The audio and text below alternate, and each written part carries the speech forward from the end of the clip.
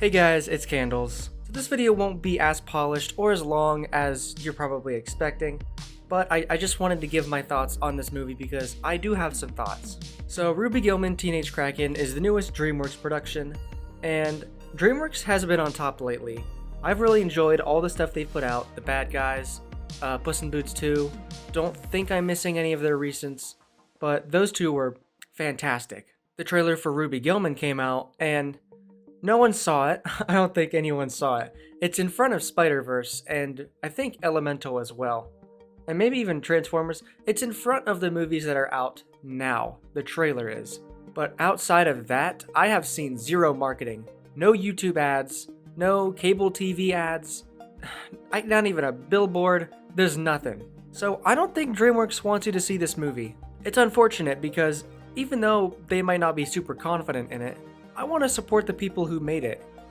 You know, it doesn't look bad by any means, just like Elemental didn't look offensively bad.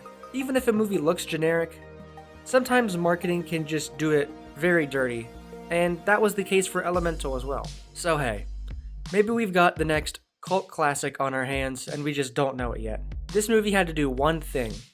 It had to be itself. It needed to have a good energy, a good vibe, you know?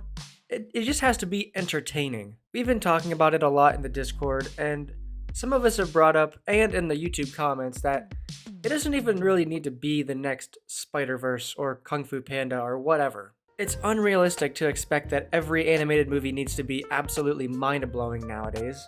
Sure, now we know they can be, but honestly, as long as it's a fun time that doesn't get too bogged down by heavy-handed themes or messages, then, you know, it could be great. That said, I really did enjoy this movie.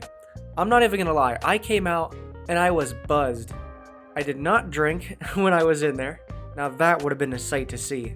So the premise is Gilman is a teenager and she can turn into a giant kraken, and she goes to high school. She's trying to hide who she is, she's trying to fit in. She gets in trouble with her parents, don't go into the ocean, blah blah blah blah blah. So it sounds like a very generic plot. That's why a lot of people weren't super excited for this one. But this movie did one thing that I really appreciate. It takes a lot of those high school drama tropes and does one of two things with them. It either A, leans into it so hard it's a parody, or B, it touches on it just briefly enough and then gets right into the Kraken stuff. This movie is about a high school teenager, sure. And the first act is a lot of high school, but once Ruby gets to the ocean, it's all Kraken. This movie is not a high school drama. It is a sea-themed Kraken adventure, flavored with bits of high school here and there. And I don't know about you, but the Kraken stuff is just way more interesting than high school. The movie is also very well paced. It's an efficient hour and 31 minutes. Ooh, just barely crossed the finish line. And it moves very fast. From the opening scene, this film has these characters moving around, bouncing around, sliding around with this very lively animation, very stylistic theming of the rooms that they show, the setting, just everything is great. Everything is nautical themed in this film, like everything. You could go through and pick out little individual details if you really wanted to. The trailers didn't show you that the world was very nautical themed, and they really needed to, because that adds so much flavor to this movie. It really does. And it doesn't take long to get to the Kraken stuff either, the lore. Like I said, the first act is a lot of high school, but with little bits of Kraken, and then by the second act, it completely flips. Now obviously, what really matters, the story. Is it any good? It is pretty predictable. I mean, there's a twist villain in here, sort of, and you can sniff that out from a mile away. Like, as soon as they introduce this character, you're like, yep, that's just what's gonna happen.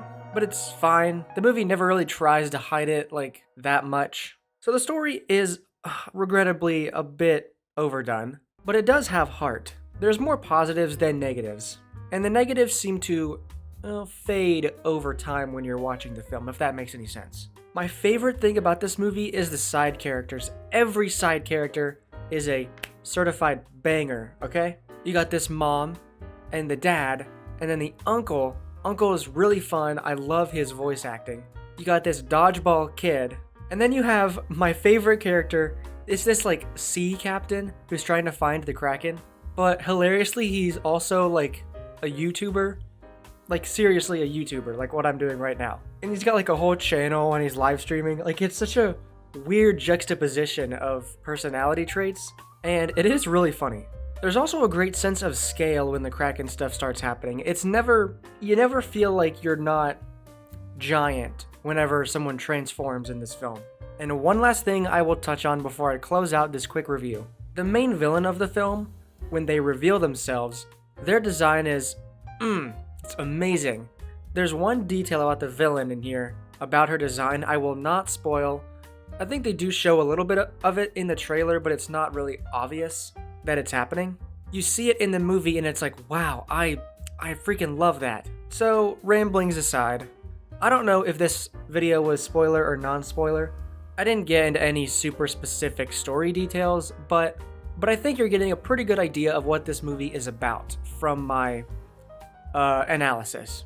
Long story short, this movie does not deserve to flop, and I will now shout out some of the people involved in this film because I want them to feel appreciated. Lana Condor, Toni Collette, Annie Murphy, Sam Richardson, Coleman Domingo, Jabuki Young-White, Blue Chapman, Kirk D'Amico, and everyone else who worked on this thing. Every underpaid artist, every producer, writer, all these guys. I love that you made a film, that you set out to make a film that was good. And it was good.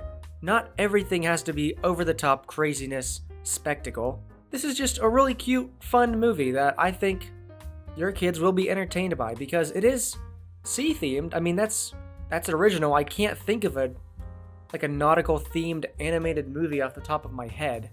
That's not like, Moana, technically, I guess, but that's like Polynesian.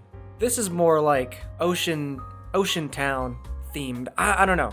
I think this movie, you should watch it, and it is very good. I don't think people are giving it enough credit. I love that you guys made a fine film that has heart, and that's worth something. DreamWorks still has it, and I hope it's not too late for this movie. I don't think it's going to do that well in the box office. It wasn't tracking well. There's a lot of stuff out right now. Listen, we don't get a lot of animated movies during the year, especially not anymore because they're more expensive to make. There are 3 out right now. That is insane. At least it is here in America. Films like this with no marketing will rely on word of mouth, just like Puss in Boots 2 had to rely on people gushing about how amazing it was. And after that happened, it did grow some legs, and it really made some money. While not quite on that caliber of filmmaking, I'd still recommend seeing it in theaters if you've got like a free weekend. I mean, do you really want to watch old fart Indiana Jones get pushed down the stairs for 2 hours? I don't think so. So, take your kids to see this instead. Goodbye.